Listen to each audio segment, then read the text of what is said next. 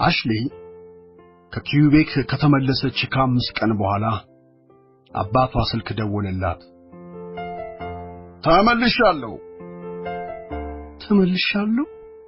አሽሊ ለማስታወስ ጥቂት ጊዜ ወሰደባት።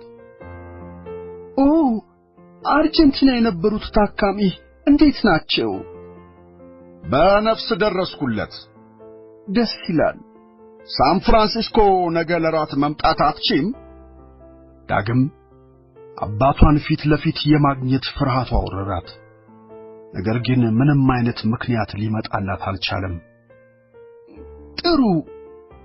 ሬስቶራንት ሉሉ ልክ በ2 ሰዓት ማታ እንገናኛለን።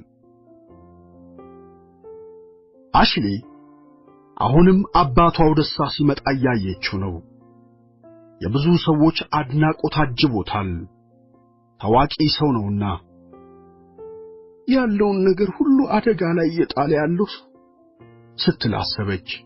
ይሄኔ አባቷ የተቀመጠችበት ጋር ደረሰ። እንኳን ለመታየት አበቃን የኔ ቆንጆ፣ ስለገና በዓል ራት ይቅርታሽን እጠይቃለሁ። ራሷን ለመናገር እያስገደደች እኔም አለችው። ምግብ ለመምረጥ ሳይሆን ሐሳቧን ለመሰብሰብ እየሞከረች የምግብ ዝርዝር መዝገቡ ላይ አተኮረች። ምን ይሁንልሽ? እውነቱን ለመናገር አራበኝም። አንድ ነገር መብላትም አለብሽ። እየከሳሽ እንደሆነ ታውቆሻል። እሺ ዶሮ ይሁንልኝ። አባቷ ያዘዘውን እያየች ጉዳዩን ልታነሳበት ትችል እንደሆነ አሰበች። እሺ ኪዩቤክ ከተማ እንዴት ነበር? በጣም ቆንጆ ከተማ ነበር። ብዙ ሳቢ ነገሮች አሉበት አባባ። በዚህ ጊዜ አባቷን ለመጠየቅ ወስና ነበር። የተቻላትን ያህል ድምጿን አለሳልሳ በነገራችን ላይ ባለፈው ሰኔ ከ10 ዓመት በፊት የነበሩ የትምህርት ቤት ጓደኞች ያዘጋጁት የመዝናኛ ፕሮግራም ላይ ለመገኘት ቤድፎርድ ሄጄ ነበር አለች። እንዴት ነበር? ጥሩ ነበር? ጥቂት ተዝናናሽ? ሲል ጠየቃት። አልተዝናናሁም። ቃላቷ የተመረጡ እንዲሆኑ ተጠነቀቀች። እኔና አንተ ወደ ለንደን በሄድን ቀን የጂም ክሌሪ አስከሬን እንደተገኘ ሰማሁ። የተገደለው በስለት ተጨቅጭቆ ብልቱን ተቆርጦ እንደነበር ተነገረኝ። ከሱ የሚመጣውን ምላሽ እየጠበቀች ትክ ብላየችው። ዶክተር ፓተርሰን እንዲህ አለ። ክሌሪ? አዎ ያ ልጅ አንቺን ሙጥይ ብሎ የነበረው ከሱ ገላግየሽ ነበር አይደል? ይህ ምን ማለት ይሆን? ንስሐ እንደመግባት ያለ ይሆን? ከጂም ክሌሪ ገላገልኩ ማለት በመግደል? አሽሊ በጥልቅ ተንፍሳ ተናገረች። ዴኒስ ስቲብልም በተመሳሳይ ሁኔታ ተገድሏል። በስለት ተጨቅጭቆ ከተገደለ በኋላ ተሰልቧል። አባቷ አንድ ጥቅል አንስቶ ለመጉረስ ቅቤ ሲቀባ ተመለከተችው። አልደነቅም አሽሊ፣ መጥፎ ሰዎች ብዙ ጊዜ መጨረሻቸው መጥፎ ይሆናል። ይሄ ነው እንግዲህ ዶክተሩ፣ የሰው ልጅ ክቡር ሕይወት ያተርፍ ዘንድ ኃላፊነት የተሰጠው። ይህ ሰው ሊገባኝ አይችልም ስትል አሰበች። ሊገባኝም አልፈልግም። ራት ተመግበው ባጠናቀቁበት ሰዓት እንኳን አሽሊ ወደ እውነቱ መቅረብ አልቻለችም ነበር። በኪዩቤክ ከተማ እጅግ ነው የተደሰትኩት አለች ቶኒ። ለተወሰኑ ቀናት ተመልሼ ብሄድ እወድ ነበር። ላንቺስ ጊዜው እንዴት ነበር? እኔ የተደሰትኩበት በሙዚየሞቹ ነበር ስትል መለሰች አሊታ። ወደ ሳን ፍራንሲስኮ እንዲመጣ የወንድ ጓደኛሽን አልጠራሽው? የወንድ ጓደኛዬ እኮ አይደለም። ቢሆን የመጣ አይመስለኝም። ምናልባት ለምን አትደውይለትም? ለመደወል ጥሩ ጊዜ አለ አይመስለኝም። ደውይለት ባክሽ። ዲያንግ ሙዚየም ለመገናኘት ወሰኑ።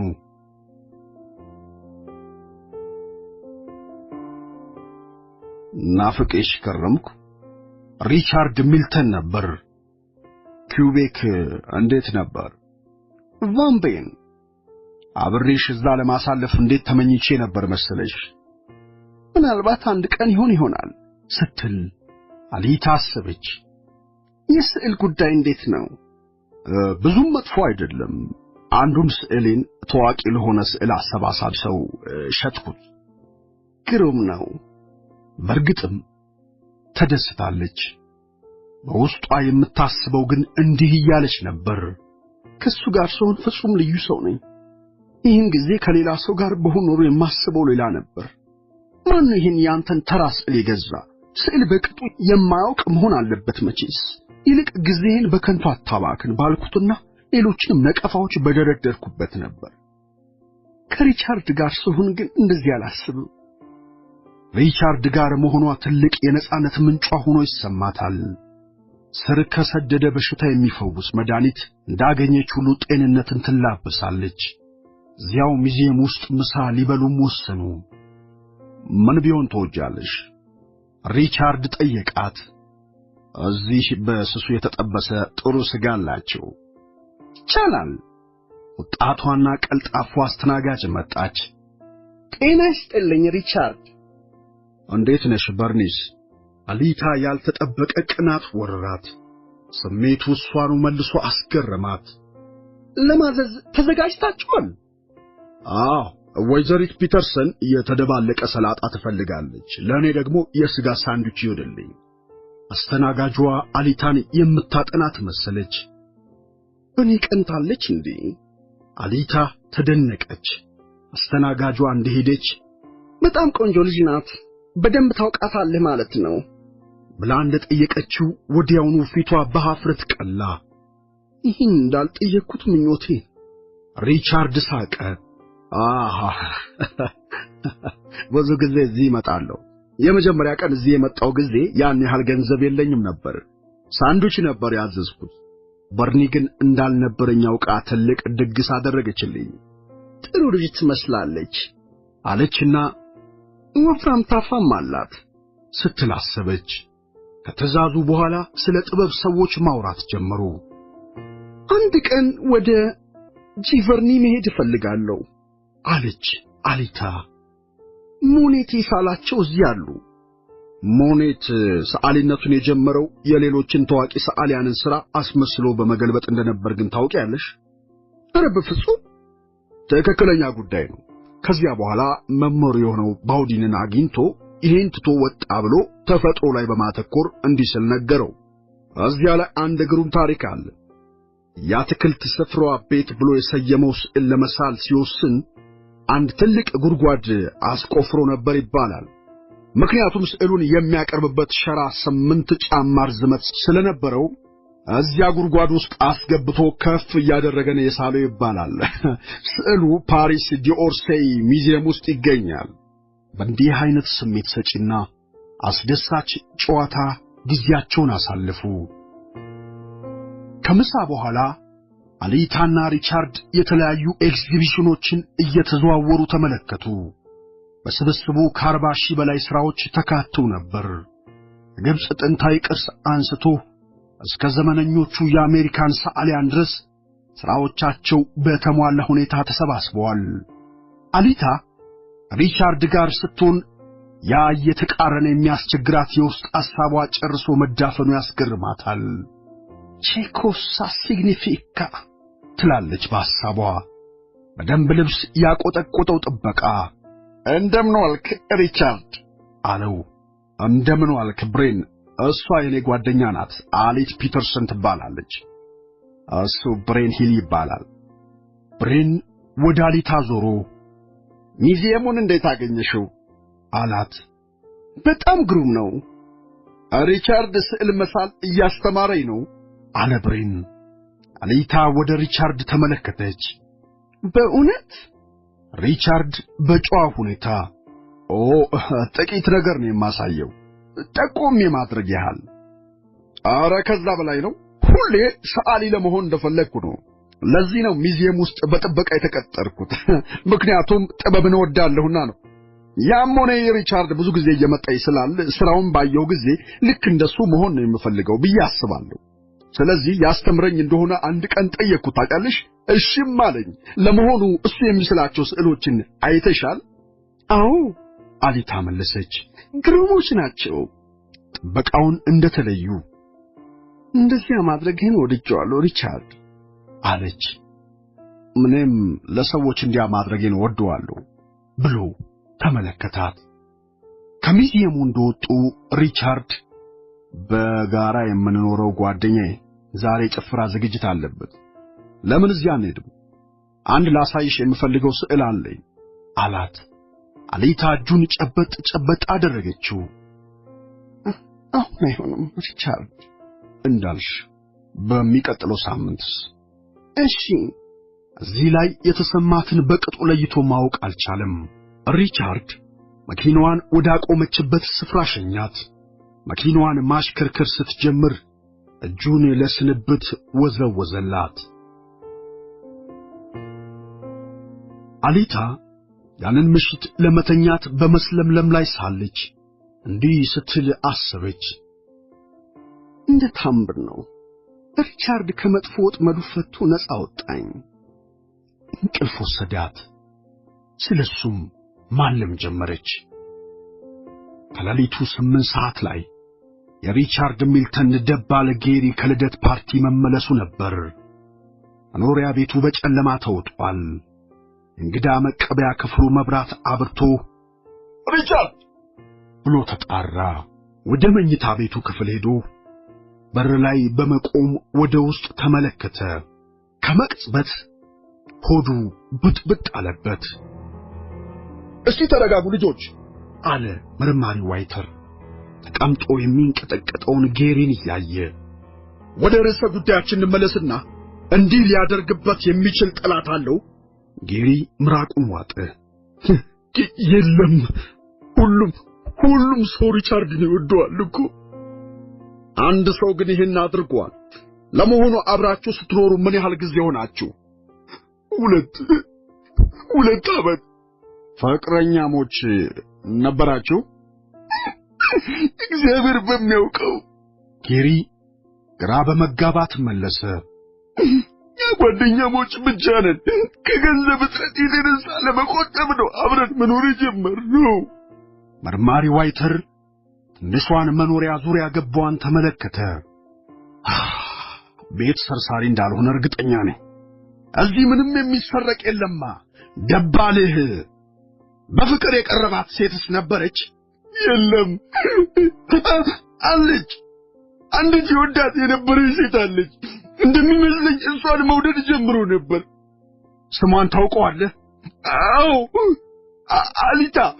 አሊታ ፒተርስ ትባላለች። ኮፐርቲኖ ውስጥ ነው የምትሰራው። መርማሪ ዋይተርና መርማሪ ሬይኖልድ እርስ በርስ ተያዩ። ኮፐርቲኖ የመድኃኔዓለም ያለ አለ ሬይኖልድ። ከ30 ደቂቃ በኋላ መርማሪ ዋይተር ከፖሊስ መኮንኑ ዳውሊንግ ጋር በስልክ እየተነጋገረ ነበር። ጌታዬ፣ እዚህ አካባቢ ስለተካሄደው ግድያ ለማወቅ እንደሚፈልጉ እናውቃለን። እርሶ ከያዙት ምርመራ ጋር የሚመሳሰል ግድያ እዚህም ተፈጽሟል።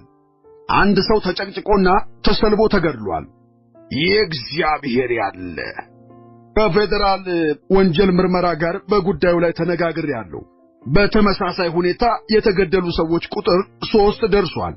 የመጀመሪያው ቤድፎርድ ፔንሲልቬኒያ ውስጥ ነው ከ10 ዓመት በፊት። ሁለተኛው ዴኒስ ቲብል የተባለው ያምርሶ ያዙት የምርመራ መዝገብ ነው። ሌላኛው ኪውቤክ ከተማ ውስጥ የተፈጸመ ሲሆን አሁን ደግሞ እዚህ ነው። ምንም ትርጉም የሚሰጥ ነገር አልታየኝም። ፔንሲልቬኒያ፣ ኪውቤክ፣ ሳን ፍራንሲስኮ የሚያያዝበት ጉዳይ ይታያል። ይሄን ለማረጋገጥ እየሞከርን ነው። ኪውቤክ ከተማ ለመሄድ ፓስፖርት ያስፈልጋል። የፌደራል ምርመራ ቢሮ የገና በዓል ሰሞን ኪውቤክ ውስጥ የነበሩና እንዲሁም ሌሎች ግድያዎች በተፈጸሙበት ጊዜ እዚያ ግድያ የተፈጸመበት ቦታ የነበሩ ሰዎችን በፓስፖርታቸው በማመሳከር ላይ ነው። ወሬ አቀባይ ነፋስ እያናፈሰ የሆነውን ሁሉ ለመገናኛ ብዙሃን አቀበለ። የተገኘውን ወሬ ለፊት ገጽ ማሸብረቅ አድርገው ለዓለም ሕዝብ አዳረሱት። በተከታታይ ነፍስ በማጥፋት የሚፈለገው ሳይገኝ ቀረ። በተለያዩ ቋንቋዎች ይኸው ዜና ተናፈሰ። የተለያዩ የስነ ልቦና ጠበብት በግድያው ላይ የተለያየ አስተያየቶቻቸውን ሰጡ። እና በግልጽ እንደሚታየው ሁሉም ተጠቂዎች ወንዶች ናቸው። የሚገደሉበትና የሚሰለቡበት አኳኋንም የአንድ ግብረ ሰዶማዊ ተግባር እንደሆነ ይታያል። ፖሊሶች የተጠቂዎችን ቀደምት ግንኙነት ለማጣራት ቢሞክሩም ወንጀሉ በፍቅር የተበደለ ሰው እንዳከናወነው ይደርሱበታል። በእርግጠኝነት ጉዳዩ ከዛ አይዘልም። እኔ ልለው የምችለው በእንዲህ ያለው ግድያ ላይ የሚሰማሩት በልጅነታቸው ጊዜ ከእናታቸው ብዙ ተጽዕኖ ተቀብለው ያደጉ ልጆች ናቸው። ቅዳሜ ጠዋት መርማሪ ዋይተር ምክትል አዛዥ ብሌክ ሳን ፍራንሲስኮ ደወለላቸው። ምክትል አዛዥ፣ የሚጠቅምህን የተሻለ መረጃ ይዣለሁ። ምንድነው? ልስሟ። ከፌደራል ምርመራ ቢሮ ስልክ ተደውሎልኝ ነበር። ዣን ክሉድ በተገደለበት ዕለት ኪውቤክ ውስጥ የነበረ አንድ አሜሪካዊ እንግዳ ወደ ካፐርቲኖ መመለሱ ተመዝግቧል። ጥሩ መረጃ ይመስላል። ያ ሰው ማን ነው? ሴት ናት። ፓተርሰን ትባላለች። አሽሌ ፓተርሰን። አመሻሽ 12 ሰዓት ላይ ምክትል አዛዥ ብሌክ ወደ አሽሌ መኖሪያ በመሄድ መጥሪያውን ተጫነ። ከተዘጋው በር በስተጀርባ የሷኑ ደንጋጣ ድምፅ አደመጠው። ማን ነው? ምክትል አዛዥ ብሌክ ነኝ። ላነጋግርሽ እፈልግ ነበር ሚስ ፓተርሰን። ረጅም ጸጥታ ሰፈነ። እዚያም በሩ ተከፈተ። አሽሌ ከስጋት ጋር እያስተዋለችው ቆማለች። መግባት እችላለሁ? ይችላሉ። ስለ አባቴ ሊያነጋግረኝ ሳይሆን አይቀርም። ጥንቅቅ ይኖርብኛል ስትል እያሰበች ወደ ውስጥ እየመራችው ዘለቀች። እሺ፣ ምን ልርዳዎት? ጥቂት ጥያቄዎችን ባቀርብልሽ ምናልባት እንደው አስቸግርሽ ይሆን? አሽሌ መጥፎ ስሜት ስላደረባት በተቀመጠችበት እየተቁነጠነጠች አላውቅም። እየተጠረጠርኩበት ነገር ይኖር ይሆን? የሚያረጋጋ ፈገግታ ለገሳት። እንደዚህ አይደለም ሚስ ፓተርሰን፣ ካለፈው የቀጠለ የፖሊስ ጥያቄ ብቻ ነው። ጥቂት ግድያዎች በመመርመር ላይ እንገኛለን። ስለምን ግድያ? የማውቀው ነገር የለኝም አለች ፈጠን እያለች። በጣም ፈጠንኩ ይሆን እንዴ? በቅርቡ ኪውቤክ ከተማ ውስጥ ነበርሽ ወይስ አልነበርሽም? አዎ ነበርኩ። ዣን ክሉድ ፓረንት የተባለ ሰው ታውቂያለሽ? ዣን ክሉድ በማለት ጥቂት አሰብ አደረገችና እንዲህ ስለሚባል ሰው አልሰማሁም። ማን ነው እሱ? የጌጣጌጥ መደብር እዚያው ኪውቤክ ከተማ ውስጥ ያለው ሰው ነው። አሽሌ ጭንቅላቷን ነቀነቀች። ኪውቤክ ውስጥ ጌጣጌጥ ለመግዛት ወደ የትም መደብር አልሄድኩም። ከዴንስቲብል ጋር ትሰሪያለሽ? አሽሌ ፍርሃት ዳግም አንሰራራ። ስለ አባቷ መሆን አለበት። ጠንቀቅ ለማለት እየሞከረች ከሱ ጋር አልሰራም፣ አንድ ካምፓኒ ውስጥ ነው የምንሰራው አለች። ልክ ነው። አንዳንድ ጊዜ ወደ ሳን ፍራንሲስኮ ብቅት ያለሽ ሚስ ፓተርሰን። አሽሌ የሁሉ ጥያቄ ወዴት እንደሚያመራ ለማረጋገጥ ሞከረች። ጠንቀቅ። አልፎ አዎ። እዚያ ሪቻርድ ሚልተን የሚባል ሰዓሊ ተገናኝተሽ ነበር? በፍጹም በዚህ ስም የሚጠራ ሰው አላውቅም። ምክትል አዛዡ አሽሌን እያጠናት ሳለ ተስፋ መቁረጥና ድካም አየባት። ሚስ ፓተርሰን፣ ወደ ፖሊስ ጣቢያ ሄደን አንዳንድ የስሜት መለኪያ ምርመራዎችን በናደርግ ቅር ይሰኝ ይሆን? ካስፈለገ ጠበቃውን መጥራትና ጠበቃ ያስፈልገኝም እንሂድ። የስሜት ነውጥ መለኪያ ባለሙያው ኬዝሮሶን በስራው አንቱ የተሰኘ ነው። የራት ግብዣውን እንዲሰርዝ ቢገደድም ለሳም ብሌክ ትዕዛዝ ደስተኛ ሆኖ ነበር የተገኘው። አሽሌ ወንበር ላይ ተቀምጣለች። ወንበሩ ከስሜት ነውጥ መለኪያ መሳሪያው ጋር በኤሌክትሪክ ገመድ ተያይዟል። ሮሶን ከአሽሌ ጋር አንዳንድ ነገሮችን በማውራት 45 ደቂቃ ያህል ፈጀ። አንዳንድ የኋላ ታሪኳን እየጠየቀ የሚሰማትን ነውጥ እያጠና ቆየና ቀጥታ ወደ ዋና ስራው ገባ። ተመችቶሻል? አዎ፣ ጥሩ። እንጀምር እንግዲያው። የመሳሪያውን መቀስቀሻ ቁልፍ ተጫነ። ስምሽ ማን ነው? አሽሌ ፓተርሰን። ሮሶን አይኖቹን ከአሽሌ ወደ ማሽኑ የስሜት መለኪያ ውጤት ያመላልሳል። እድሜሽ ስንት ነው? 28። የት ነው የምትኖሪው? ከፐርቲኖ 10964 ቪያ ካሚኖ። ስራ ላይ ነሽ? አዎ። በሙዚቃ ብቻ የተቀነባበሩ ሙዚቃዎችን ትወጃለሽ?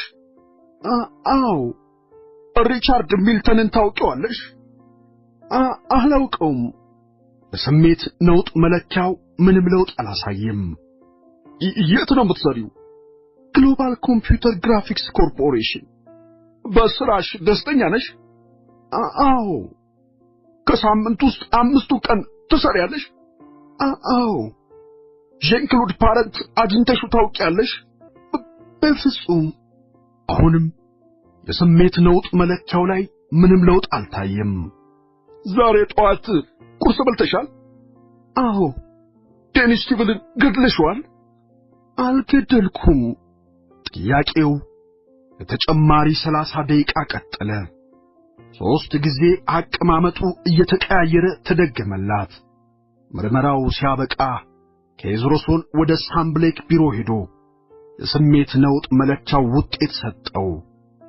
ትክክለኛ የልብ ምት ያሳያል። ከ1 ከመቶ እንኳን የመዋሸት ዕድል የላትም። ይዛት የመጣኸው ተሳስተ ነው ብሌክ። አሽሌ ከፖሊስ ጣቢያው ለቃ ስትወጣ እረፍት ተሰማት። እግዚአብሔር የተመሰገነ አበቃ አለች። በጉዳዩ ውስጥ አባቷ መኖሩንና አለመኖሩን ይጠይቁኛል ብላ ፈርታ ነበር። ግን አልተጠየቀችም። ማንም ሰው ከዚህ ጉዳይ ጋር አባቴን አያገናኙም። መኪናዋን ማቆሚያ ውስጥ ከታ እስከ መኖሪያ ቤቷ መተላለፊያ በረንዳ ድረስ አሳንሰር ተሳፈረች። በሯን ከፍታ ከገባች በኋላ ተጠንቅቃ ቆለፈችው። መቆለፏን እርግጠኛ እስክትሆን ድረስ በሩን መረመረችው። የእፎይታ ደስታ ተሰምቷታል። ያን ያህልም ደካክሟት ነበር። ለብ ባለ ውሃ ለመታጠብ ወደ መታጠቢያ ክፍል ስትገባ ፊቷ አመድ መሰለ። የመታጠቢያ ክፍሉ መስታወት ላይ በደማቅ ቀይ የከንፈር ቀለም የሆነ ሰው አንድ ጽሑፍ አስፍሮ ነበር።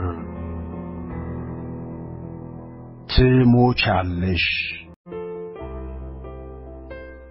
ከፍርሃቷ ለማምለጥ እየታገለች ነው። ስልክ ለመደወል ፈልጋ እጇ እየተንቀጠቀጠባት ስላዳገታት 3 ጊዜ ደጋግማ ሞከረች። በረጅሙ ተንፍሳ እንደገና ሞከረች።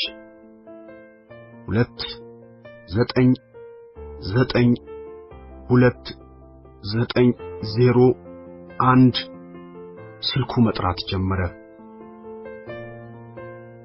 ሆፐርቲኖ ፖሊስ። ምክትል አዛዥ ብሌክ ነበር። እባክህ ፍጠን። ምክትል አዛዥ ብሌክ ወደ ቤታቸው ሄደዋል። ሌላ ሰው በሳቸው ፋንታ። ሌላ ሰው ይቅርብኝ። እኔ ሲመጡ ሊደውሉልኝ ይነግሩልኛል። አሽሌ ፓተርሰን እባላለሁ። እሳቸውን ማነጋገር እፈልግ ነበር። ጥሩ፣ እስኪ ስልኩን እንደያዙ ይጠብቁኝ። የምችል ከሆነ ልሞክር። ምክትል አዛዥ ብሌክ በትዕግስት ባለቤቱን በማድመጥ ላይ ነው። ሴሬና ትጮህበታለች። ወንድሜ እንደ ፈረስ ሌት ተቀን በስራ ይጋልብሃል። ነገር ግን እኔን በአግባቡ የምታስተዳድርበትን ገንዘብ አይከፍልህም። ለምንድን ነው ፊት ለፊት የማትጠይቀው? ለምን? ራት እየበሉ ነበር። የኔ ድንቹን ታቀብኝ። ሴሬና ድንች የያዘውን ጎድጓዳ ሳህን ባሏ ፊት ጎልታ፣ ዋነኛው ችግር ደግሞ የሥራህን ያህል ያደንቁህ እንኳን አለመፍቀዳቸው ነው። ልክ ነሽ። የኔ ጥቂት መረቅ ታደርጊልኝ? ምን እያልኩ እንደሆነ ጨርሶ አትሰማኝም ማለት ነው በማለት አንባረቀችበት። እያንዳንዷን ቃል የኔ ፍቅር መቼም ግሩም ራት ነው። አንቺ እኮ ጥሩ የምግብ ማዘጋጀት ሙያ አለሽ። ካንተ ጋር እንዴት ጭቅጭቅ መፍጠር እንደሚቻል እግዚአብሔር ያውቀው። አንተ ዲቃላ ሲጣሉ መጣላት አትችልም። ባፉ ሙሉ የቅጃ ስጋ ይዞ ስለማፈቅርሽ እኮ ነው እኔ። በዚህ መካከል ስልኩ አቃጨለ። ይቅርታ ብሎ የስልኩን እጀታ አነሳ። አሎ፣ አዎ አቅርባት ሚስ ፓተርሰን። ከሲቃ ጋር የተቀላቀለ ድምጿ ወደሱ መጣ። አንዳች አስደንጋጭ ነገር ተፈጽሟል። አሁኑኑ የቤት መምጣት አለብዎት። መጣው። ሰሬና ቆመችና ምን አሁን ልትሄድ ነው? ገና ራታችንን እንኳን አላጠናቀቅንም ስትል አፋጠጠችው። አስቸኳይ ነው የኔ። የምችለውን ያህል ፈጥኜ እመለሳለሁ። ሽጉጡን ሲታጠቅ ተመለከተችው። ተንጠራርቶ ስሟት መቼም ግሩም ራት ነው አላት። በፍጥነት እንደደረሰ በሩን ከፈተችለት። ጉንጯ ላይ የእንባ መስመሮች ይታያሉ። ትንቀጠቀጣለች። ብሌክ ወደ ቤቱ ዘልቆ አካባቢውን ባንክሮ ይመለከት ጀመር። ሌላ ሰው አለ እንዴ? ነበር፣ ሌላ ሰው እዚህ ነበር። ራሷን ለመቆጣጠር ሞከረች። ይመልከቱ። ወደ መታጠቢያው ክፍል መራችው። ምክትል አዛዥ ብሌክ ድምፁን ከፍ አድርጎ አነበበ። ትሞቻለሽ? ወደ አሽሌ ዞር ብሎ ይሄን የጻፈው ሰው ታውቂዋለሽ? አላውቀውም። አሽሌ መለሰች። የኔ መኖሪያ ብቻ ነው። ያለኔ የበር ቁልፍ ያለው የለም። ግን አንድ ሰው እዚህ ገብቶ ነበር። አንድ የሚከታተለኝ ሰው እንዳለ አውቃለሁ። እኔ መግደል እቅድማለሁ። በእንባ ታጠበች። እንግዲህ ይህን የምቋቋምበት አቅም የለኝም። መቆጣጠር በሚያዳግት ሁኔታ እየተንቀጠቀጠች ነው። ምክትል አዛዥ ብሌክ አቅፎ ትከሻዋን እያሻሸ አይዞሽ እንጂ ሁሉም ነገር ስርዓት ይዛል። አይዞሽ፣ የቅርብ ጥበቃ ይደረግልሻል። ማን እንዲህ እንደሚያደርግም እንደርስበታለን አላት። አሽሌ በረጅሙ ተነፈሰች። አምናለሁ። እኔ እንዲህ ያለ ጉድ አስደንጋጭ ሆኖ ቆየብኝ እኮ። እስኪ እናውራ አለ ሳም ብሌክ ሳቅ ለማለት እየሞከረች። እሺ ጥሩ አለችው። ግሩም ከሆነ ሻይ ጋር በሻይ የታጀበ ጨዋታ ጀመሩ። ይሄ ሁሉ ከመቼ ጀምሮ ነው ሚስ ፓተርሰን? ከ6 ወር በፊት ነው። አንድ የሆነ ሰው እንደሚከታተለኝ ይሰማኝ ነበር። መጀመሪያ ሰሞኑ ስሜቱ ውል የሌለው አይነት ነበር። ኋላ ግን እየጠነከረ ሲመጣ አንድ የሚከታተለኝ ሰው እንዳላወኩኝ። እርግጥ ማንም ሲከተለኝ አላይም። ከዚያ ያ የሚከታተለኝ ሰው መስሪያ ቤት ድረስ ሄዶ ኮምፒውተር ውስጥ አንድ ዘግናኝ ስዕል አስቀምጦብኝ ሄደ። ስዕሉ ጩቤ የያዘ እጅ ነበር። ያ እጅ በጩቤው ሲጨቀጭቀኝ ሲሞክር እኔን ሊወጋኝ። ይህን ሊያደርግ ይችላል ብለሽ የምታስቢው ሰው የለም? የለም። ከዛሬ ቀደም ብሎ የሆነ ሰው መኖሪያ ቤቴ ገብቶ ነበር ብለሽ ነበር?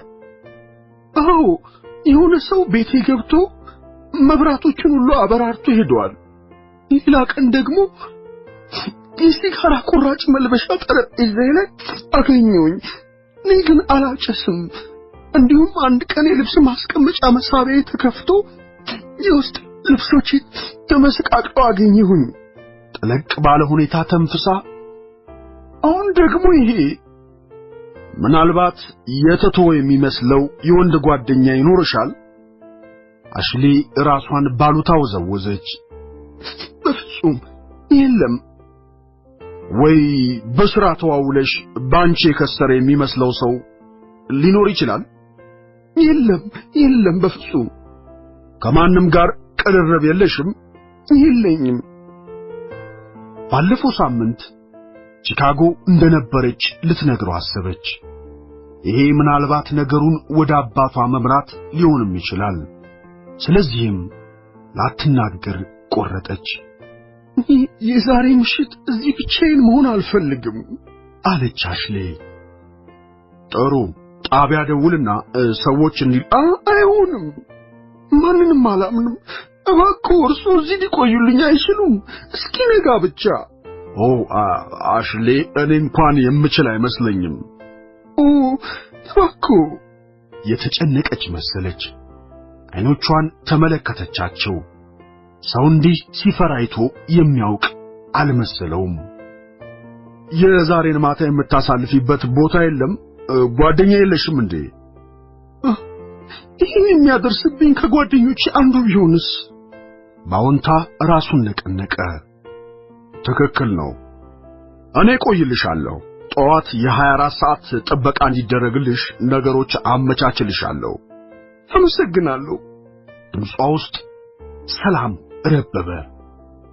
እጆቿን በወዳጅነት ይዞ ምንም አታስቢ፣ ከጥቂት ጊዜ በኋላ በዚህ ችግር ተላቀሽ ራስሽን ታገኘዋለሽ። አሁን ለአለቃዬ ለዳውሊንግ ልደውልና የሆነውንና የሆነ ያለው ልንገረው። ስልክ ደውሎ ለ5 ደቂቃ ያህል ካናገረ በኋላ ዘጋና አሁን ደግሞ ባለቤቴ ጋር ልደውል አለ። ይደውሉ። ምክትል አዛዥ ብሌክ ዳግም የስልኩን እጀታ አንስቶ ቁጥሮቹን ነካካ። ሃሎ፣ የኔ ከአሁን በኋላ የምመጣ አይመስለኝም። ስለዚህ ትንሽ ቴሌቪዥን። ምንድነው ያልከው? የት ነህ? የኔ እኮ ከአንዷ ርካሽ ሴተኛ ዳሪ ጋር ነህ። አሽሌ ጮኸቱን እየሰማች ነበር። ሴሬና፣ ልታሞኘኝ አትችልም። ሴሬና፣ ወንዶች ሁሉ ስትባሉ የምታስቡት ይህንኑ ነው። ሴሬና፣ በእንዲህ አይነት ሁኔታ መቀጠል። ሴሬና፣ መልካም ሚስት በመሆኔ የማገኘው ምስጋና ይሄ ነው። ከአንድ ወገን በሚወነጨፍ ንግግር ብቻ ተጨማሪ 10 ደቂቃዎች አለፉ። በመጨረሻ ምክትል አዛዥ ብሌክ የስልኩን እጀታ አስቀምጦ ወደ አሽሌ ዞረ። እጅግ በጣም አፍሮም ነበር።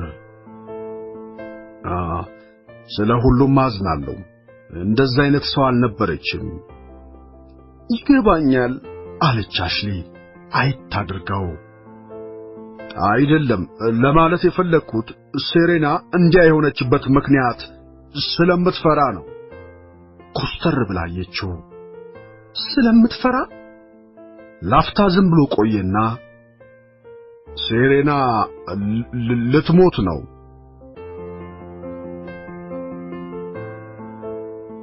የነቀርሳ በሽታ አለባት። ያገረሸባትም ሰዓት ነው አሁን ባክሽ። ከ7 ዓመት በፊት ነበር የያዛት። ከኔ ጋር ከተጋባን 5 ዓመታችን ነው። ጌታ ሆይ፣ ስትጋቡ ህመምተኛ እንደሆነች እርሱ ያውቁ ነበር? አዎ፣ ግን እሱ ለውጥ አያመጣም። ያው አፈቅራት ነበርና። ንግግሩን ላፍታ ገታ አደረገ። ትንሽ ቆይቶ ህመሙ እየባሰባት መጣ። ጭንቀት የመሰላት ትፈራለች። ይሄ ሁሉ ንትርክ እነዚያን ፍራቶቿን መሸፈኛ ልባሶች ናቸው።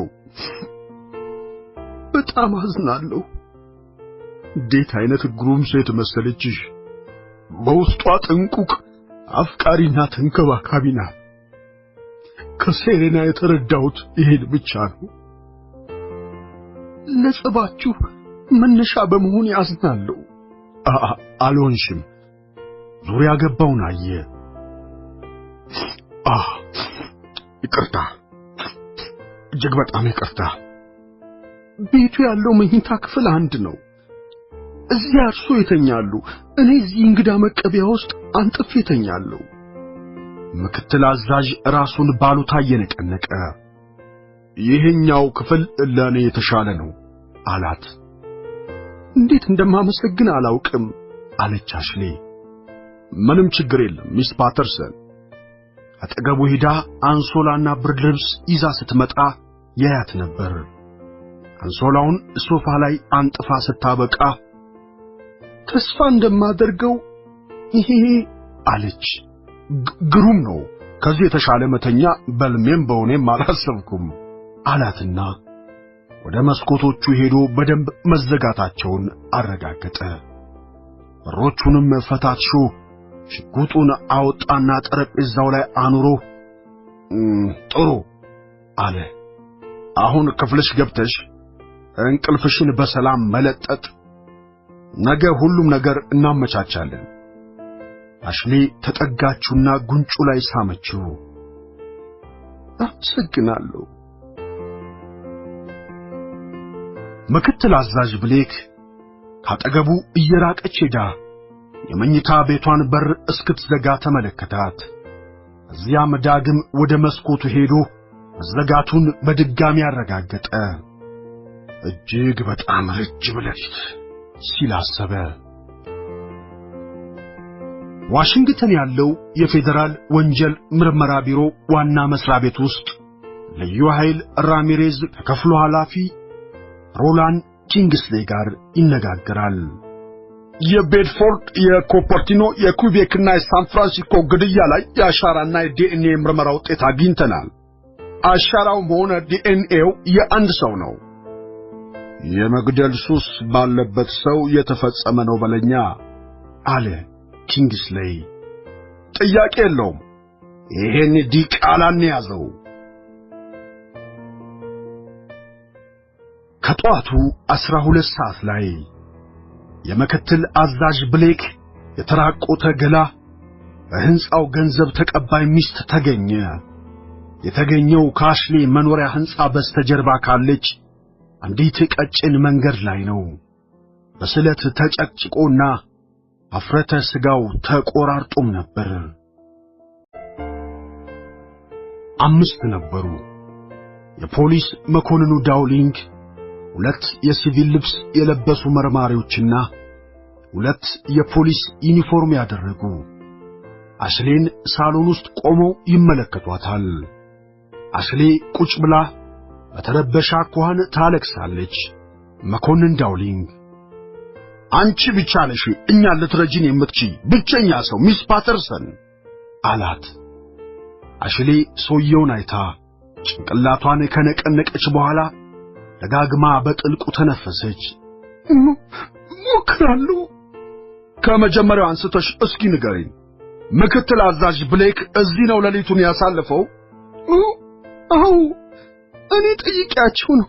ፍጹም ፍርሃት ውስጥ ነበርኩኝ። ቤትሽ አንድ መኝታ ክፍል ብቻ ነው ያለው? ትክክል ነው።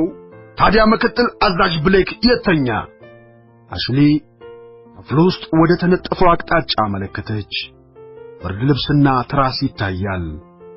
እዚያ ነበር ምሽቱን ያሳለፈው። ወደ መኝታሽ ስትሄጂ ስንት ሰዓት ይሆን ነበር? አሽሌ ጥቂት አሰብ አደረገች። ሌሊቱ ተጋምሶ ነበር። ተረብሼ ነበር። ሻይ እየጠጣን ጥቂት አውርተናል። ከዚያ ተረጋጋው። ነሳቸው። ብርድ ልብስና ትራስ አውጥቼ ወደ መኝታ ክፍሌ ገባው። ራሷን ለመቆጣጠር በትግል ላይ ነች። ለመጨረሻ ጊዜ ያየሽው ያኔ ነው? አዎ። ከዚያም ተኛሽ? ወዲያው አልተኛሁም። የእንቅልፍ ኪኒን ወስጄ ነው የተኛሁት። መጨረሻ የማስታውሰው ከህንጻው ባሻገር ካለው ጠባብ መንገድ አንዲት ሴት ስትጮህ መንቃቴን ነው። አንድ ሰው እዚህ መኖሪያሽ ድረስ መጥቶ ምክትል አዛዡን ገድሎታል ብለሽ ታስቢያለሽ? አላውቅም አለች ግራ በተጋባ አኳኋን። እዚህ መኖሪያ ቤት ድረስ የሚገቡ ሰዎች አሉ። እንደውም ማስፈራሪያ መልእክቶችን ጽፈውልኝ ሁሉ ያውቃሉ። ይሄንን በስልክም ነግሮኝ ነበር። የሆነ ነገር ሰምተው እሱን ለማረጋገጥ ወደ ውጭ ወጥተው ይሆናል አለች አሽሌ። መኮንን ዳውሊንግ ጭንቅላቱን ባሉታ እየነቀነቀ እንዲያ ቢሆን ራቁቱን ይወጣል ብዬ አልጠረጥርም አላት። አሽሌ የጮኸች አላውቅም በቃ ከሰት ነው የሆነብኝ ብላ አይኖቿን በእጆቿ ሸፈነቻቸው። የቤትሽ ዙሪያ ገባ በመለከት ጥሩ ነበር። የግድ የመፈተሻ ፈቃድ ማምጣት ይኖርብኛል እንዴ? ኧረ አያስፈልግም፣ ሊመለከቱ ይችላሉ። የፖሊስ መኮንኑ ጭንቅላቱን ነቅንቆ መርማሪዎቹን አዘዛቸው። አንዱ መኝታ ክፍል፣ ሌላኛው ወደ ማብሰያ ክፍል ሄዱ። አንቺና ምክትል አዛዥ ስለምን ነበር ስታወሩ ያመሻችሁት? አሽሌ በረጅሙ ተነፈሰች። አንዳንድ በኔ ላይ ስለደረሱ ነገሮች ነገርኳቸው። በጣም አድርገው ወደ መኮንኑ አይታ ማንም ይሁን ማን ግን ለምን ገደለው? እሺ ለምን ስትል ጠየቀች። እሱን በሂደት የምናረጋግጠው ይሆናል። ወደ ማብሰያ የሄደው መርማሪ 50 አለቃ ኤሊተን በሩን ሳይለቅ አንድ ጊዜ ላነጋግረው እችላለሁ አለቃዬ አላቸው።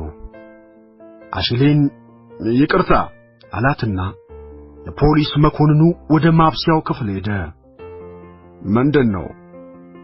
ይህን ዕቃ ማጠቢያው ገንዳ ውስጥ አግኝቼዋለሁ ብሎ 50 አለቃ ኤሊተን በደም የተጨመላለቀ ቢሉ አሳያቸው።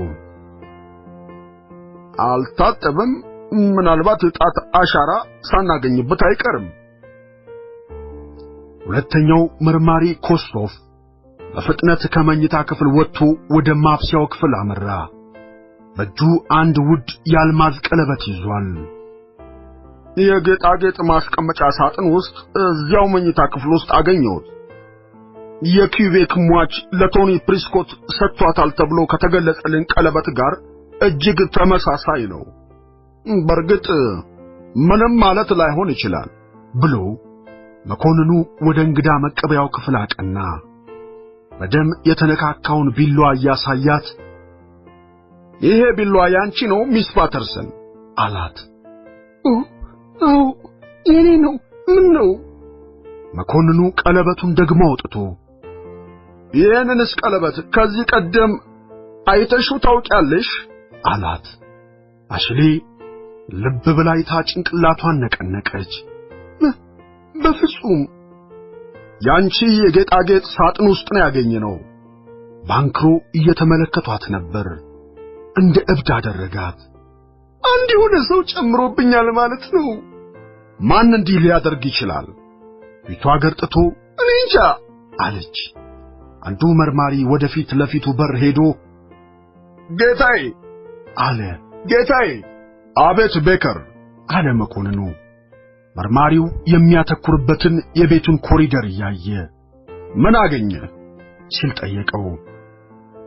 ደም የነካካው ቦታ አለ። የኮሪደሩ መጥሪያ አካባቢና እንዲሁም ባሳንሰሩ በደም ተቀባብቷል። አስከሬኑ በአንሶላ ተጠቅልሎ ባሳንሰር ወርዶ ወደ ጠባቧ መንገድ ሳይጣል አልቀረም። መኮንን ዳውሊንግ ወደ አሽሌ ዞረ። ሚስ ፓተርሰን በቁጥጥር ስር ውለሻል። ከዚች ደቂቃ ጀምሮ ያለሽን መብት አነብልሻለሁ። በጸጥታ የመቀመጥ መብት አለሽ። በጸጥታ ሳትቀመጭ ቀርተሽ የምትናገሪ ከሆነ ያንዳንዱ ካፍሽ የወጣው ቃል ፍርድ ቤት ውስጥ ያንቺን ክስ ለማጠናከሪያ ይውላል። ተከላካይ ጠበቃሽን መሰየም ትችያለሽ። ካልቻልሽ ፍርድ ቤቱ ይመድብልሻል። ወደ ፖሊስ ጣቢያ እንደደረሱ መኮንን ዳውሊንግ ዕለታዊ ሁኔታ ላይ መዝግቧት፣ አሻራ ማንሷት አለ። አሽሌ በፖሊስ አሰራር መሰረት ለአንዳንድ አስፈላጊ ነገሮች የምትንቀሳቀሰው በደመ ነፍስ ነበር። እንደጨረሰች መኮንን ዳውሊንግ አንድ ጊዜ ብቻ ስልክ መደወል መብት አለሽ አላት። አሽሌ ቀና ብላ አይታው ስሜት በሚሰጥ ሁኔታ የምደውልለት ሰው የለኝም አለች። ለአባቴ መደወል አልችልም ብላ ያሰበች። ወደ ማረፊያ ቤት ስትሄድ ትክ ብሎ አያትና ዳውሊንግ እንዲህ አለ። ይሄ ቢገባኝ ኖሮ እውነትም እግዚአብሔር የረገመኝ ነበርኩ። የስሜት ነውጥ መለኪያው ውጤቷን አይተሃል? ንጹህ ለመሆኑ አምል ነበር። መርማሪ ኮስቶፍ ወደ ቢሮ ገባ።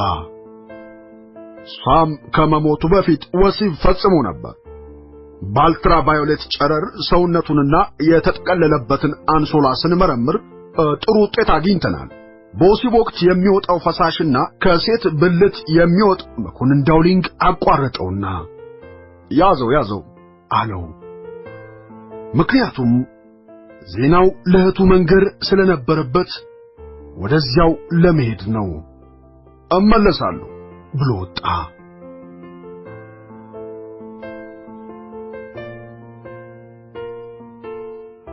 ከ20 ደቂቃ በኋላ ሳም ቤት ደርሶ ነበር። መቼም ጉብኝቴ ያልተጠበቀ ደስታ ጥሎብኛል። ለመሆኑ ሳም ካንተ ጋር ነው? አይደለም ሴሬና፣ አንዳንድ ጥያቄዎችን ላቀርብልሽ ነው። አዳጋች እንደሚሆን ገምቷል። ባንክሮ እያየችው እሺ አለች። በዚህ በ24 ሰዓት ውስጥ ከሳም ጋር የፍቅር ግንኙነት ፈጽማችኋል? የፊቷ ሁኔታ ተለዋወጠ። ምን? እኛ ለምን ፈለግከው? ሳም አልተመለሰም? ተመልሷል እንዴ? ይሄን ለመመለስ አልፈልግም፣ ግን ለሷ ሲል እኔን ጥሎኝ ሄደ አይደል? ይሄ እኮ እንደሚፈጸም ቀደም ብያውቅ ነበር። ደግሞም እሱን አልወቅሰውም። እኔ ለሱ የማልገባ መጥፎ ሚስት ነበርኩኝ። ሴሬና፣ ሳም ሞቷል። ሁልጊዜ የምጨቃጨቀው ነበር። እንደዚህ ለመጨቃጨቅ ፈልጌ አልነበረም፣ አስታውሳለሁ። ያዝ አደረጋት። ሴሬና፣ ሳም ሞቷል ነው የምልሽ። አንድ ጊዜ ወደ ባህር ዳርቻ ሄደን ነቀነቃት። አዳምጪኝ እንጂ ሳም ሞቷል። መንሸራሸር ጀመርን። ባንክሮ ሲመለከታት በእርግጠኝነት እንደሰማችው ተረዳ። እና እዚህ ባህር ዳርቻ አካባቢ እንዳለን ያ ሰው መጣና ገንዘብሽን አምጪ አለኝ። ሳም ደግሞ እስኪ መጀመሪያ ሽጉጥህን እንየው አለው። መኮንን ዳውሊንግ እዚያ ቆይቶ ለማናገር ሞከረ። ነገር ግን ሴሬና እውነታን በመካድ መጥፎ ሁኔታ ውስጥ ሰጥማለች። እንዲህ ያለው ሳም ነበር። አብሯት ሊኮበልል የፈቀደላት ሴት ምን ትመስላለች? እስኪ ንገረኝ እባክህ። በእርግጥ ቆንጆ ናት? ሁልጊዜም ሳም እኔ የተሻልኩ ቆንጆ እንደሆንኩ ይነግረኝ ነበር። እኔ ግን እንዳልሆንኩ አውቀዋለሁ። እንዲህ እኮ የሚለኝ ስለሚያፈቅረኝና የተሻለ ስሜት እንዲያድርብኝ ፈልጎ ነው። ጥሎኝማ አይሄድም፣ ይመለሳል። ታለ ያፈቅረኛል፣ ይመለሳል። ንግግሯን ያለማቋረጥ ቀጠለች። መኮንን ዳውሊንግ ወደ ስልኩ በመሄድ ቁጥሮቿን ነካካ። እባክህ ተንከባካቢ ሐኪም ላክልኝ ብሎ ወደ ሴሬና በመመለስ እህቱን አቀፋትና አይዞሽ፣ ሁሉም ነገር ይስተካከላል እህቴ አላት። ያኔ እኔና ሳም የነበርንበት ጊዜ እንድነግርህ። ከ15 ደቂቃ በኋላ ተንከባካቢ ሐኪሟ መጣች። እባክሽ ደህና አድርገሽ ተንከባከቢልኝ። መኮንን ዳውሊንግ ቢሮ ስብሰባ ነበር። መስመር ላይ ስልክ አለዎት ጌታዬ? መኮንኑ ስልኩን አንስቶ እሺ አለ። መኮንን ዳውሊንግ፣ ልዩ ኃይል ራሚሬዝ ከፌደራል ወንጀል ምርመራ ቢሮ ዋና መስሪያ ቤት ዋሽንግተን ነኝ። የለመደው ነፍሰ ገዳይ ጉዳይ በሚመለከት አንድ አዲስ መረጃ አለኝ። የአሽሌ ፓተርሰንን የጣት አሻራ የትም ልናገኘው አልቻልንም፣ ምክንያቱም በምንም አይነት ወንጀል አልተመዘገበም። ከ1988 ዓመተ ምህረት አስቀድሞ ካሊፎርኒያ ውስጥ መንጃ ፈቃድ የሚያወጡ የጣት አሻራ አይሰጡም ነበርና ሊገኝ አልቻለም። ቀጥል። መጀመሪያ ላይ የኮምፒውተር ስህተት መስሎን ነበር፣ ነገር ግን እንዳልሆነ አረጋግጠናል። ቀጣዮቹን 5 ደቂቃዎች መኮንን ዳውሊንግ ያለማቋረጥ ቁጭ ብሎ አደመጠ። ፊቱ ላይ አለማመንና መጠራጠር ይነበባል። በመጨረሻም ስህተት ስላለመኖሩ እርግጠኛ ነህ? አይመስልም። ሁሉም እሺ፣ አመሰግናለሁ። የስልኩን እጀታ አስቀምጦ ባለበት ሁኔታ ለረጅም ጊዜ ቆየ። እዚያም ቀና ብሎ ስልኩ ከፌደራል ወንጀል ምርመራ ዋና መስሪያ ቤት ላብራቶሪ ክፍል ነው። ሟቾቹ ላይ የተገኘ የጣት አሻራ መርምረው ጨርሰዋል። ጄን-ክሉድ ፓረንት ከመሞቱ ጥቂት ቀደም ብሎ ቶኒ ፕሪስኮት ከተባለች እንግሊዛዊት ጋር አብሮ ታይቷል። እሺ፣ የሳን ፍራንሲስኮ ሪቻርድ ሚልተን በተገደለ ወቅት አሊታ ፒተርስ ከተባለች አንዲት ኢጣሊያዊት ጋር ነበር። ራሳቸውን ወዘወዙለት። እናም ሳም ብሌክ በመጨረሻ ምሽት ከአሽሌ ፓተርሰን ጋር ነበር። ትክክል። ቁና ተነፈሰ።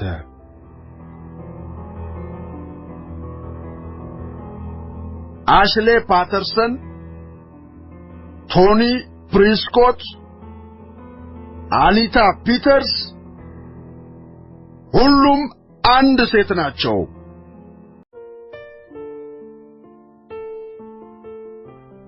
ሮበርት ክራውተር የታወቀ ደላላ ከብሪያንትና ክራውተር ድርጅት እየተፈለቀለቀ በሩን ከፍቶ እንዲህ ሲል አዋጅ መሰለ መግለጫውን ጀመረ። አውላላው የቤቱ ክፍል ይኸውላችሁ፣ ከዚህ የኮኢትማን ራሱን ቁልቁል ትመለከቱታላችሁ። መለስ ብሎ ወጣቶቹን ጥንዶች ወደ ውስጥ ሲዘልቁ ተመለከታቸው። እዚህ ቤት ውስጥ ሆኖ የሚታየው ነገር እጅግ አስደናቂ ነው። የሳን ፍራንሲስኮ ከተማ ርቆ ላይን እስኪሰወር ድረስ ከበታቻቸው ተነጥፏል። ሮበርት ክራውተር ጥንዶቹን ይመለከታል። እንዳች የመደነቅ ስሜታቸውን እየተቀባበሉ ሚስጥራዊ ፈገግታቸውን ይለዋወጣሉ። ተደነቀ። በርግጥ ሰማይ የነካ አድናቆታቸውን ለመደበቅ እየሞከሩ እንደሆነ ገብቶታል። የሥራ አፈጻጸሙ ሁልጊዜም ተመሳሳይ ነው። ሸማቾች ላይ ገደብ ያጣ መደነቅ ባየ ቁጥር የዛኑ ያህል ዋጋውን እየጨማመረ ያነረዋል። ክራውተር እዚህን ቤት ዋጋ ጣሪያ እንደሚያስነካው ወስኖ ነበር። ነገር ግን እነዚህ ጥንዶች የሚጠይቃቸውን መክፈል መቻላቸው ላይ ጥርጣሬ አድሮበታል። ባል ጠበቃ ነው። ወጣት ጠበቆች ደግሞ ያን ያህል ገንዘብ አይኖራቸውም ብሎ አሰበ። አይነግቡ ወጣቶች ናቸው። ፍቅር ውስጥ እንደሆኑም ያስታውቃል። ዴቪድ ሲንገር ገና 30ዎቹ መጀመሪያ ላይ ነው። ወርቃማ ጸጉር ያለውና ሳቢና የተረጋጋ፣ ሚስቱ ደግሞ ውብና የደስደስ ያላት ናት።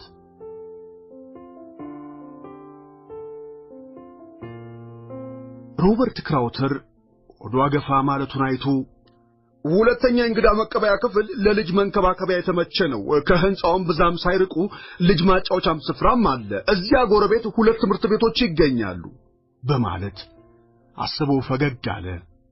አሁንም ጥንዶቹ ያንኑ ሚስጥራዊ ፈገግታ ሲለዋወጡ ተመለከተ። የቤቱ የላይኛው ክፍል ዋናና የእንግዳ መቀበያ 2 መኝታ ክፍሎች ከነመታጠቢያ ቤታቸው አሉት። የታችኛው የቤቱ ክፍል ደግሞ እንግዳ መቀበያ፣ መገቢያና ቤተ መጻሕፍትን ጨምሮ ብዙ ክፍሎችን ይዟል። ማብሰያ፣ የእንግዳ ክፍልና 2 መታጠቢያ ክፍሎች ያሉት እዚሁ የቤቱ የታችኛው ክፍል ውስጥም ነው። ሮበርት አሁንም ድጋሚ ቤቱን እየዞሩ ሲመለከቱት ባንክሮ ያቸዋል። አንድ ጥግ ላይ ቆመው በሚስጥር ቢያወሩም ይሰማ ነበር። ዋው በጣም ወድጄዋለሁ። ሳንድራ ነበረች። ለአዲሱ ልጃችንም የተመቸ ቤት ነው። ግን የኔ ፍቅር ዋጋውን እንችለዋለን? $600,000 እኮ ነው የሚለው። የእድሳት ጭማሪዎች አለ ዴቪድ። 2 ዜናዎች አሉኝ። መጥፎ ጉዳይ ሆኖ የሚታየኝ ይሄን የቤቱን ዋጋ ዛሬ ልንከፍል አለመቻላችን ነው። ጥሩ ዜና የሚሆነው ደግሞ ሐሙስ ለመክፈል መቻላችን ነው። ከዚያ ካስማት ጠርሙስ የሚወጣው ጂኒ ነገሮችን ሁሉ ጥሩ ያደርግልናል። አውቃለሁ፣ ተደስታ መለሰች። በጣም ጥሩ ነው። በዚሁ ለመስማማት እንሞክር ብላ በጥልቀት ተነፈሰች። ዴቪድ የተፈለቀለቀ እጆቹን አወናጭፎ ወደ ቤቶ እንኳን በሰላም መጡ ሚስ ሲንገር አለ። እጅ ለእጅም ተያይዘው ሮበርት ክራውተር ቆሞ ወደሚጠብቃቸው ሄዱ። እንገዛዋለን ዴቪድ ተናገረ። እንኳን ደስ አላችሁ። ሳን ፍራንሲስኮ ውስጥ ዋነኛው ተፈላጊ ቤት ነው። ደስተኛ እንደምትሆኑም አልጠራጠርም። እርግጠኛ ነኝ ደስተኛ እንሆናለን። እድለኞች ናችሁ። መንገር ሳይኖርብኝ አይቀርም። ጥቂት የማይባሉ ደንበኞቻችን እዚህ ቤት ላይ ቀልባቸው አርፎ ነበር። ቀብድ ምን ያህል እንድንከፍል ትሻለህ? አሁን $10,000 ገቢ ብታደርጉልኝ ጥሩ ነው። ውሉን አዘጋጅቼ ከተፈራረምን በኋላ ተጨማሪውን $60,000 ትከፍላላችሁ። ከእንግዲህ ደንበኛ ባንካችሁ በየወሩ መድቦ በ20 ወይም በ30 ዓመት ከፍላችሁ እንድትጨርሱም ሊያደርግ ይችላል። ዴቪድ ሳንድራን አየት አድርጎ እሺ አለ። ወረቀቱን እኔ አዘጋጃለሁ። አንድ ጊዜ እየተዟዟርን ቤቱን ልናየው እንችላለን? ሳንድራ በጉጉት ጠየቀችው። ክራውተር ፈገግ ብሎ በሚገባ የምትፈልጊውን ጊዜ ያህል መቆየት ትችያለሽ ሚስ ሲንገር። አሁን ቤቱ ያንቺ ሆኗል አላት። ይሄ ሁሉ እንደ ጣፋጭ ህልም ነው የሆነብኝ ዴቪድ። እውን መሆኑን ልቀበል አልቻልኩም። ሆኗል የኔ ፍቅር ዴቪድ እቅፍ አደረጋት። ሕልምሽን ሁሉ እውን ማድረግ ነው የምፈልገው። አድርገህልኛል እኔ ፍቅር። እስከ ዛሬ ይኖሩ የነበረው ማሪና አካባቢ በሁለት ክፍል ቤት ውስጥ ተወስነው ነበር። እርግዝና ሲመጣና ልጅ መውለድ እንደሚከተል ሲገባቸው ግን ቤቱ እጅግ እንደሚጠባቸው አወቁ። እስከ ዛሬ ድረስ የተንጣለለ መኖሪያ ቤት ሊገዙ የሚችሉበት አቅም እንደሌላቸው አምነው ቆይተዋል። በዚህ ሰዓት ግን አንድ ዕድል ገጥሟቸዋል።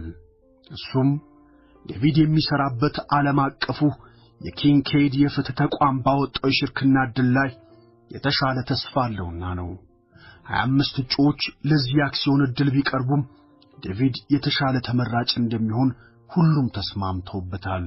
ስለዚህ ይሄ የፍትህ ተቋም በሳን ፍራንሲስኮ፣ ኒውዮርክ፣ ለንደን፣ ፓሪስና ቶኪዮ ውስጥ ቅርንጫፍ ቢሮዎች ሲኖሩት እዚህ ግዙፍ መስሪያ ቤት ለመግባት የማይቋምጥ አዲስ የሕግ ተመራቂም አይኖርም። ዕድሉ ገጥሟቸው እዚህ መስሪያ ቤት የሚቀጠሩ ጀማሪ ሠራተኞች ትልቅ የአክሲዮን ተስፋ ስለሚሰጣቸው ያለመታከት በቀን 24 ሰዓት ያለ ረፍት እንደ አህያ ይሠራሉ። እነዚህ ወጣት ሠራተኞች በዶሮ ማታ እየተባበሉ እንደ ኮሶ የመረረውን የሥራ ጭነት ይወጡታል። ለማታ ቃል የሚገባላቸው ዶሮ የአክሲዮን ዕድል ማግኘታቸው ሲሆን የሚጨልጡት ኮሶ ደግሞ በላይ የሚደራረበው ሥራ ነው። አንድ ሰው የሽርካ ዕድሉን ካገኘ ከፍተኛ ደሞዝ ከግዙፉ ድርጅት ትርፍ ላይ የድርሻውንም ያገኛል። ከዚህ በተጨማሪ የግል መታጠቢያ ክፍል ያለው ሰፊ ቢሮ ይኖረዋል። ታላላቅ ሥራ ከሀገር ወደ ሀገር የተመላለሱ መመደብም አለ። ዴቪድ የንግድ ሕግ አማካሪና ጠበቃ በመሆን ከኪንኬድ ተርነር መስሪያ ቤት ጋር ለ6 ዓመት ሰርቷል።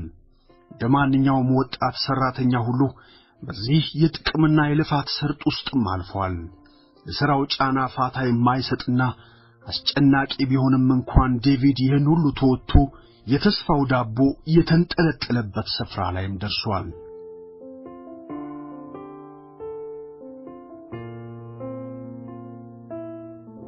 ዴቪድና ሳንድራ የመኖሪያ ቤት ደላላውን እንደተለዩ ቀጥታ አንዳንድ ነገሮች ለመግዛት ወደ መደብር ሄዱ።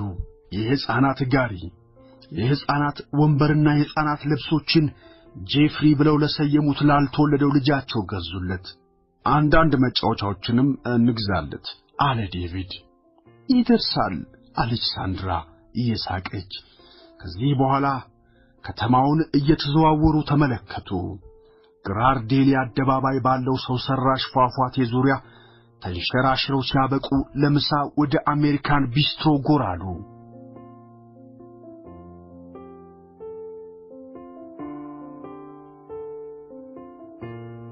ዛሬ ቅዳሜ ነው። ለሳን ፍራንሲስኮ የሕግ ሰው ግሩም የሆነች ተወዳጅ ቀን። ዴቪድና ሳንድራ የተገናኙት ከ3 ዓመት አስቀድሞ አንድ ትንሽ የራት ግብዣ ላይ ነበር። ዴቪድ ወደ ግብዣው የሄደው ከሚሰራበት መስሪያ ቤት ደንበኛ ልጅ ጋር ነው። ያኔ ሳንድራ በአንድ የዴቪድ መስሪያ ቤት ተቀናቃኝ ድርጅት ትሠራ ነበር። ሁለቱ ተገናኝተው በሆነ ባልታወቀ ምክንያት ብቻ ዋሽንግተን ውስጥ ፖለቲካውን በተመለከተ በተሰጠው ፍርድ መከራከር ጀመሩ። ክርክራቸው እየጦፈ ሲሄድ አካባቢያቸው ላይ ሌሎች ጠረጴዛዎችን የከበቡ ሰዎች ቀልብ ሳበ።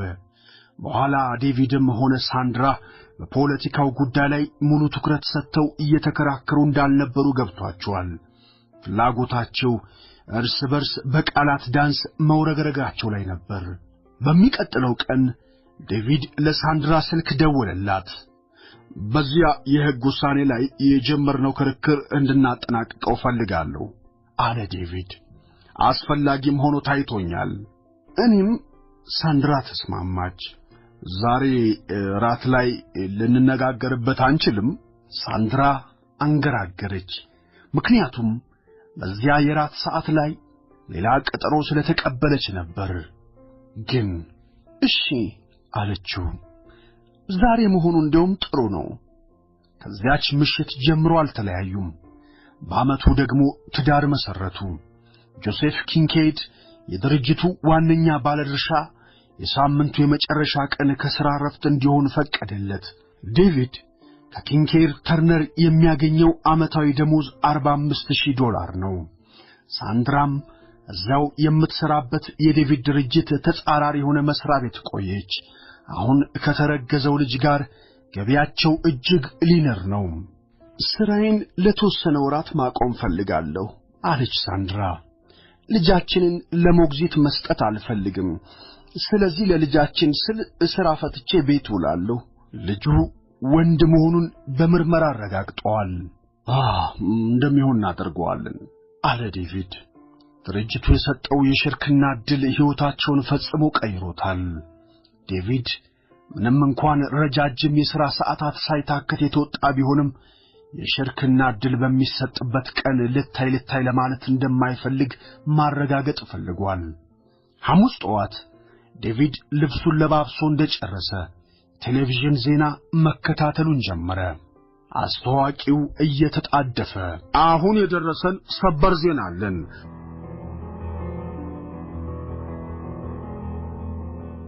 አሽሌ ፓተርሰን የታዋቂው የሳን ፍራንሲስኮ ዶክተር ስቲቭ ፓተርሰን ልጅ በተደጋጋሚ ነፍስ ማጥፋት ወንጀል ተጠርጥራ በቁጥጥር ስር ውላለች። ፖሊስና የፌደራል ወንጀል ምርመራ ቢሮ በጋራ ክትትል። ዴቪድ ድንገት ቆሞ ቴሌቪዥኑ ላይ አፈጠጠ። አንቀጠቀጠው።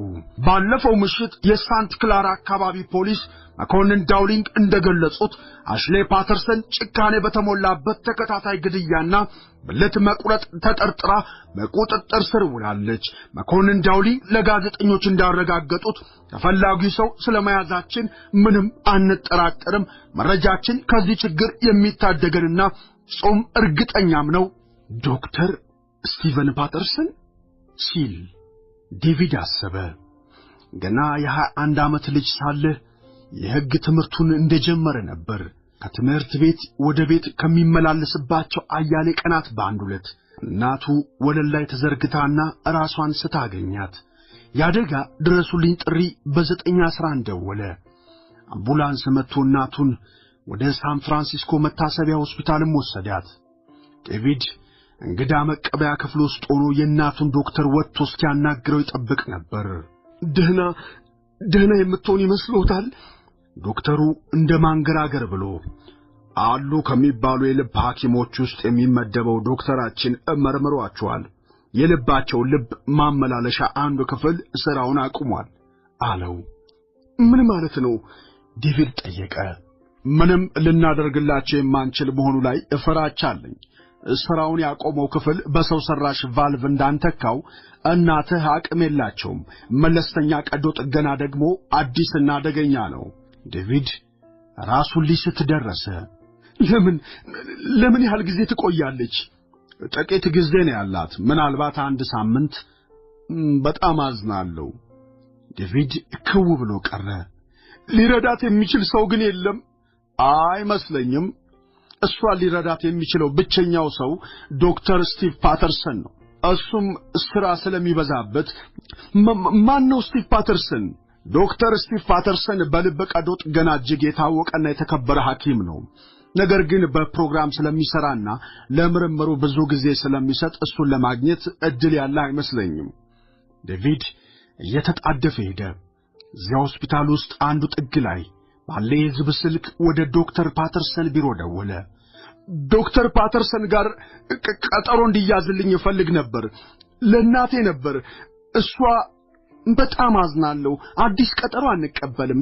ወረፋ ሊደርስ የሚችለው የዛሬ 6 ወር ነው። እስከ 6 ወር አትቆይም። አዝናለሁ። ምንም ልረዳውት አልችልም። ዴቪድ ስልኩን ጥርቅም አድርጎ ዘጋው። በሚቀጥለው ቀን ዴቪድ ዶክተር ፓተርሰን ቢሮ ሄደ። እንግዳ መቀበያ ክፍሉ ተጣቦ ነበር። ዴቪድ ወደ ጸሐፊዋ ተጠግቶ ዶክተር ፓተርሰንን ለማነጋገር ቀጠሮ መያዝ ፈልግ ነበር። እናቴ በጣም ታማለች። እናም ቀና በላይታው ትናንት ደውለህ ነበር አይደል አለችው። አዎ ነግሬህ ነበር፣ ቀጠሮ አልያዝክም።